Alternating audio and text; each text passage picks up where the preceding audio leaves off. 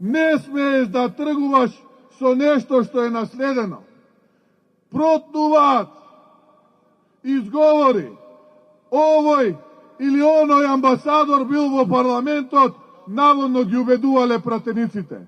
Не, лаже, бесрамно лаже, ги злоупотребува нашите пријатели од Соединетите Американски држави и Европската Унија.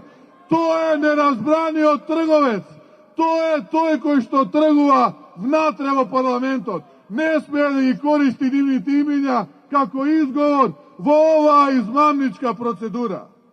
Затоа што Заев најдобро ќе одбранеше европската идеја ако донесеше наместо сиромаштија побогато секојдневие, наместо невработеност, работа и прогрес, наместо криминал, правда, правдина и независно судство.